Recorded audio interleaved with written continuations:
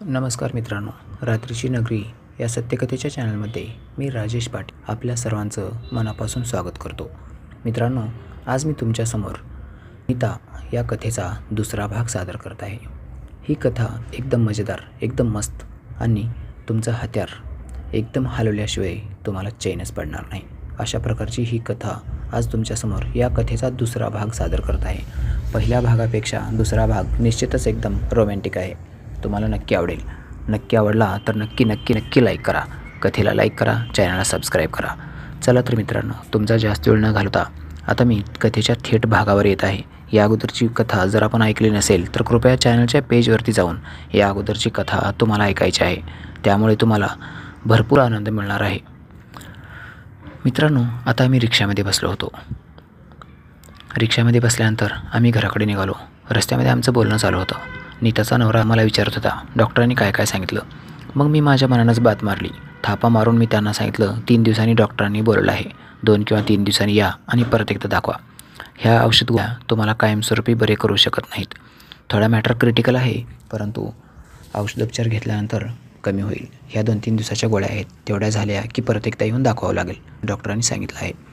आता डॉक्टरांनी नीताच्या नवऱ्याला तुम्ही तिच्या वडील आहातनं केला होता, त्याच्यामुळे तिला थोडं टेन्शन आलं होतं आणि ह्याला पण. नीताचा नवरा दवाखान्यात यायला तयारच होणार नाही, ही सुद्धा गोष्ट मला चांगली माहीत झाली होती. मग मी म्हणालो, मामी ह्या गोळ्या खा, आजची रात्र कशी तरी तुम्ही ॲडजस्ट करा, उद्याच्याला बघू आपण. तसं तिचा नवरा म्हणाला, मग उद्या म्हणजे उद्या काय आहे. मग मी त्यांना म्हणालो, डॉक्टरांनी सांगितले दुसऱ्या काही प्रकारच्या VIP टॅब्लेट आहेत, त्या टॅब्लेट अशा सहजासहजी मिळत नाहीत, त्या बाहेरून मागवून घ्याव्या लागतील आणि सॅम्पलमधल्या त्या गोळ्या मागवून देतो असं त्यांनी सांगितलं आहे. मी त्यांच्याकडच्या गोळ्या मिळाल्या की तुम्हाला आणून देतो. मग तिच्या नवऱ्याला थोडं हायसं वाटलं. ते म्हणाले, ठीक आहे राजेश, तूच बघ आता काय करायचं ते. आणि हो, मी तर उद्या बाहेरगावी जाणार आहे, त्याच्यामुळे उद्या दिवसभर घरी नाही, मग कसं करायचं. मी म्हणालो, मामा तुम्ही कशाला काळजी करतायत, माझी आई पप्पा आहेत ना घरी, माझी आई बघल मामीकडं, तुम्ही कशाला काळजी करतायत, तुम्ही बिनधास्तपणे जाऊ शकतात. संध्याकाळी तुम्ही आल्यानंतर तुम्हाला समजेलच मामीची तब्येत कशी टणटणीत झाली आहे. तसं ते लगेच मला म्हणाले, अरे बाबा हीच तर खरी मोठी अडचण आहे. मी म्हणालो, आता काय झालं, आता काय अडचण आहे. मग ते मला म्हणाले, अडचण अशी आहे की उद्या मी दिवसभर पण नाही आणि रात्रभर पण नाही. उद्या माझ्या बिझनेसच्या निमित्तानं मी कुठेतरी बाहेरगावी जाणार आहे. बाहेरगावी गेल्यानंतर मला 2 दिवसाचा मुक्काम पडणार आहे. मी 3ऱ्या दिवशी परत येणार आहे. मग एकतर ह्याच्यामध्ये हिची तब्येत बिघडून बसली, ह्या अचानकच छातीमध्ये हिच्या पोटामध्ये अचानकच दुखायला लागलं.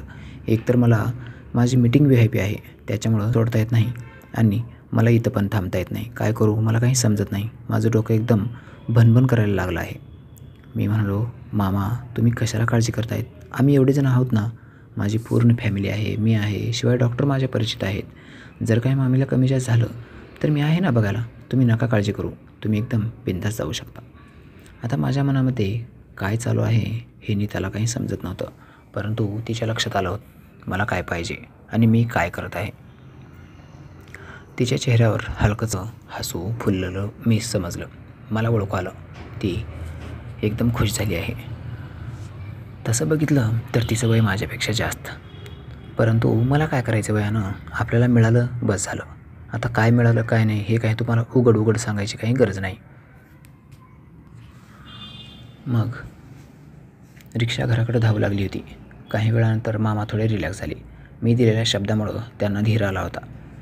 मग ते म्हणाले, डॉक्टरांनी आणखीन काही सांगितलं का, काही खाण्यापिण्याचे वर्ज्य पथ्य वगैरे काही सांगितलं आहे का. मी म्हणालो, तसं काही नाही, तुम्ही काही पण खाऊ शकता पिऊ शकता, खाण्यापिण्याला काही बंधन नाही. तुम्ही व्हेज नॉनव्हेज दोन्ही प्रकारच्या भाज्या खाऊ शकता, खाण्यापिण्याचा काही विषय नाही. मग लगेच तिचा नवरा म्हणाला, हे असं अचानक कशामुळे दुखायला लागलं, ह्याच्याबद्दल डॉक्टरांनी काही सांगितलं का. मग मी म्हणालो, नाही असं काही सांगितले नाहीत, परंतु कदाचित जास्त काम केल्यामुळे पण असं होऊ शकतं, असं डॉक्टरांचं मत होतं. मी बोलण्यामध्ये किती चंचल आहे, किती चतुर आहे हे नीतानं ओळखलं. डॉक्टरांनी काहीसुद्धा न बोलतासुद्धा मी माझ्या मनानंच ह्या सर्व काही गोष्टी त्यांना समजावून सांगितल्या होत्या आणि माझी हीच गोष्ट बहुतेक नीताला आवडली असावी. प्रत्येक गोष्ट तिचा नवरा विचारायचा आणि मी त्याला त्याच्या एकदम मनासारखं, एकदम त्याला पटण्यासारखं उत्तर देत होतो. त्याला पटण्यासारखं उत्तर दिलं की तो पण रिलॅक्स आणि मी पण रिलॅक्स. इकडं नीता मात्र खूप खुश होत होती. आता मला वाटत होतं मी जे जाळं टाकत आहे त्या जाळ्यामध्ये पाखरू अडकत आहे. मी हळूहळू मी माझं जाळं विणायला सुरुवात केलो. मग जवळजवळ अर्ध्या तासानंतर आम्ही घरी पोहोचलो. घरी पोहोचल्यानंतर माझ्या घराचं गेट उघडच होतं. माझे आई पप्पा घराच्या गेटमध्येच खुर्च्या टाकून तिथं बसले होते. जसं रिक्षातून आम्ही सर्वजण खाली उतरलो तसं मी तिला आधार दिला. रिक्षातून खाली आल्यानंतर मी नीताला तिच्या घराकडे न नेता माझ्या आईकडे घेऊन आलो. तसं आई लगेच म्हणाली, काय रे राजेश, काय म्हणले सर, दाखवलंच का? काही काळजी करण्यासारखं तर नाही ना? तसं मी म्हणालो, आई, मामीला औषधोपचारापेक्षा आधाराची खूप गरज आहे असं डॉक्टर म्हणत होते. असं म्हणून मी मोठ्यानं हसलो आणि म्हणालो, मामी हात सोडला की लगेच पडत होत्या, त्यांना चक्कर पण येत होती. डॉक्टरांनी चक्कर पण यायचं कारण सांगितलं. अशक्तपणा खूप झाला आहे, ह्या जेवण वगैरे वेळेवर अजिबात करत नाहीत, स्वतःची काळजी घेतच नाहीत. आता इथं मी तिसरा टॉन्ट मारला होता. तिच्या नावाला पण सांगितलं नव्हतं, तिला पण नाहीच, आणि डॉक्टरांचा तर काही विषयच नव्हता. मी माझ्या मनानंच तिला चक्कर पण येत आहे ही पण गोष्ट आईला सांगितली. मग आईनं तिला खाली बसायला सांगितलं. माझी आई उठून बाजूला झाली आणि मामीला खुर्चीवर बसवली.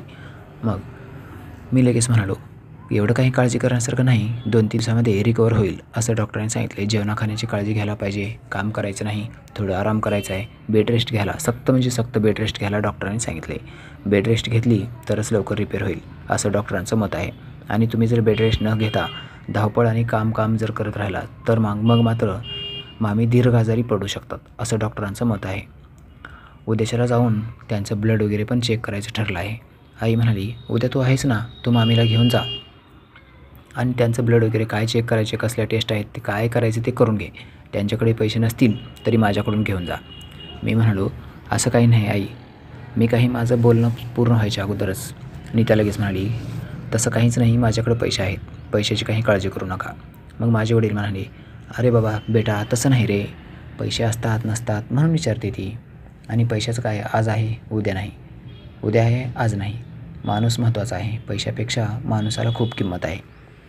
माझ्या आईवडिलांचा स्वभाव आणि त्यांचं बोलणं ऐकून नीता खूपच भारावून गेली.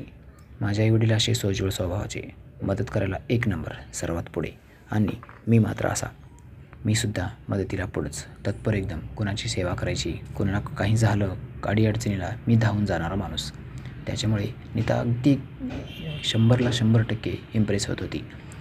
तिने माझा घट्ट हात पकडला आणि मला म्हणाली, राजेश मी बसते आता खाली. मी म्हणालो, हो बसा ना मामी. मग ती खाली बसली. मी बाजूला असलेल्या कट्ट्यावर बसलो. तिचा नवरासुद्धा माझ्या बाजूलाच बसला. मगाशी डॉक्टरांनी बोललेलं, त्या रिक्षावाल्याला बोललेलं, हे सर्व काही त्याच्या डोक्यामध्ये भिनत असावं, सर्व काही घुमत असावं.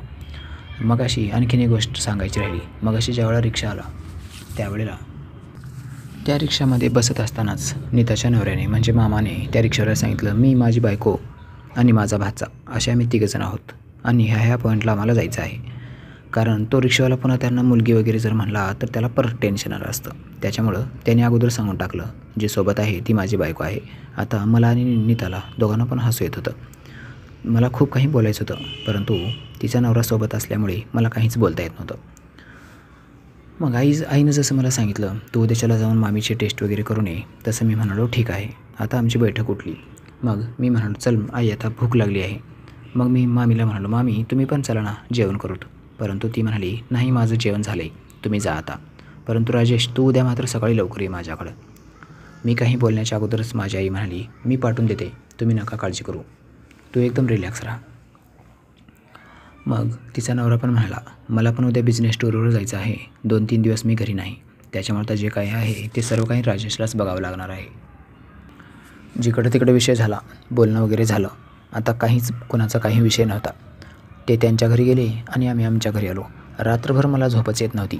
मला राहून नीता मामीचा चेहरा माझ्या चेहऱ्यासमोर येत होता. रात्री 1 वाजले, 12 वाजले, 1:30 वाजले, 2 वाजले, पूर्ण रात्र अशीच गेली. 3:30 वाजता मला कशी तरी झोप लागली. मला सारखंच वाटायचं, नीता माझ्याजवळ आली आहे. ती वयानं जरी माझ्यापेक्षा मोठी असली तरी तिला माझी खूप गरज आहे. मला तिचं शरीर खूप आवडलं होतं, ती तर खूपच आवडली होती. आणि माझ्या स्वभावामुळं, माझ्या बोलण्यामुळं, माझ्या टॅलेंटमुळं ती माझ्याकडे खूपच इम्प्रेस आली होती. आता राहिला होता प्रश्न फक्त एकच, तिला भेटायचं आणि पुढचा कार्यक्रम फायनल करायचा. मी जर तिच्याकडे गेलो सकाळी तर ती मला नाही म्हणणार नाही, हे सुद्धा मला माहीत होतं. कारण तिच्याकडून मला फुल रिस्पॉन्स आहे हे माझ्या लक्षात येत होतं. तिच्याकडचा पूर्ण रिस्पॉन्स माझ्या लक्षात आला. तिला कसं बोलावं, काय बोलावं हे मात्र मला सुचत नव्हतं. काय जे काही होईल तू उद्याचं उद्या बघू असा विचार करून मी बिनधास्त झोपलो. सकाळी 8:30 वाजले तरीसुद्धा माझा डोळा उघडतच नव्हता, कारण रात्री मला झोपच लागली नव्हती. मग सकाळी 8:30च्या दरम्यान आई माझ्या रूममध्ये आली आणि तिने मला गदागदा हलवून उठवलं आणि मला म्हणाली, "अरे राजेश, उठ ना, आणखीन किती वेळ झोपणार आहेस?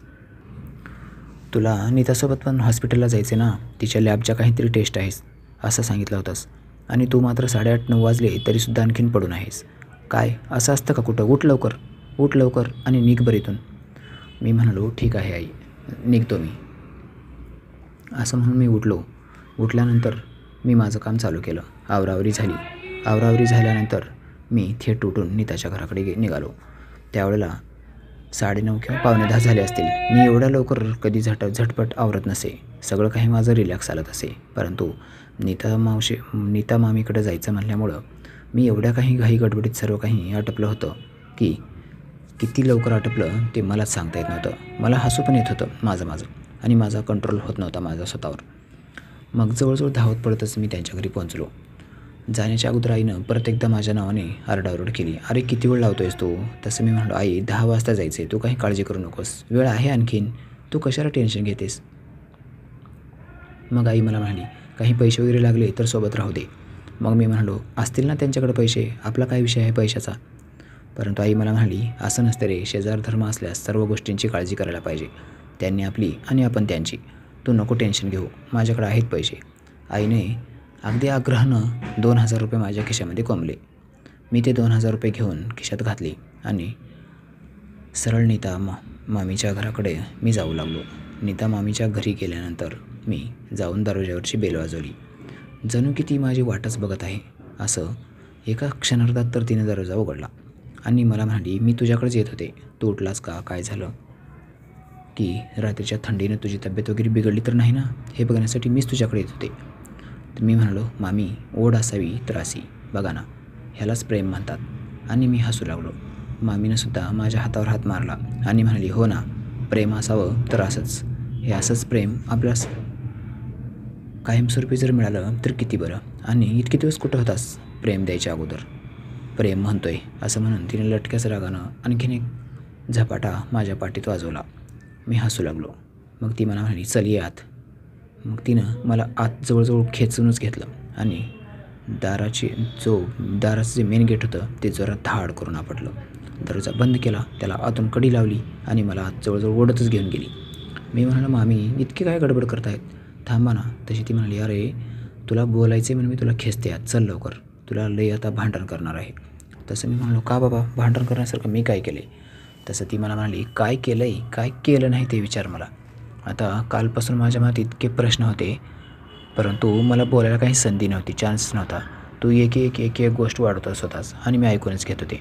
आता सांग, डॉक्टर कधी म्हणले मला अशक्तपणा आहे, काळजी करावी लागते, बेड रेस्ट घ्यायला पाहिजे? कधी म्हणले डॉक्टरने मला? तसं मी म्हणालो, "मामी, पेशंटच्या बाबतीत असं सांगायला पाहिजे घरच्यांना, त्यावेळेस घरचे लोक काळजी करतात. आपण जर असं काही नाही सांगितलं तर घरचे लोक काळजी करत नाहीत. म्हणून मी सांगितलं." ती म्हणाली, "ठीक आहे, काळजी घेण्याचं एक ठीक आहे. आता दुसरी गोष्ट, मला चक्कर येते, ही मी गोष्ट तुला कधी सांगितली होती? तू तुझ्या मनानंच कसं काय सांगितलं चक्कर येते म्हणून?" मी म्हणालो, "हो मामी, मी माझ्या मनानं म्हणलो, परंतु त्याच्यामध्ये पण काहीतरी माझा स्वार्थ होता."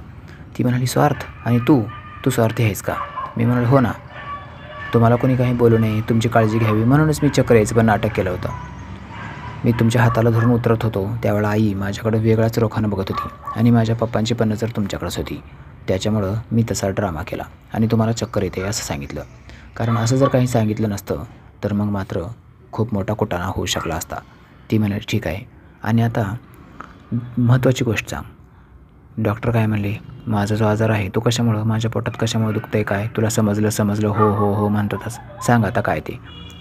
तसं मी म्हणालो, "डॉक्टर म्हणत होते की तुम्ही तशा प्रकारची चित्रपटफीत पाहिल्यामुळं तुमची जी इच्छा झाली आहे ती इच्छापूर्ती व्हायला पाहिजे. तुमची जर इच्छापूर्ती झाली तर पाणी गळणार आहे आणि पाणी जोपर्यंत गळत नाही तोपर्यंत त्या ठिकाणचं दुखणं कमी होत नाही." ती मला म्हणाली, "तू खूपच शहाणा होऊन गेला आहेस, डॉक्टर झालास की काय? स्वतःच्या जीवाला तूच डॉक्टर समजतोस की काय?" तसं मी म्हणालो, "ठीक आहे, राहू द्या, मग तुम्ही नका करू, मला काय करायचे?" ती मला म्हणाली, "तुला पाहिजे म्हणून सांग ना." मी म्हणालो, "काय?" मामी लगेच म्हणाली, "येड घेऊन पेडगावला जाऊ नकोस, तुला सगळं काही कळतं आहे. मला पण समजते.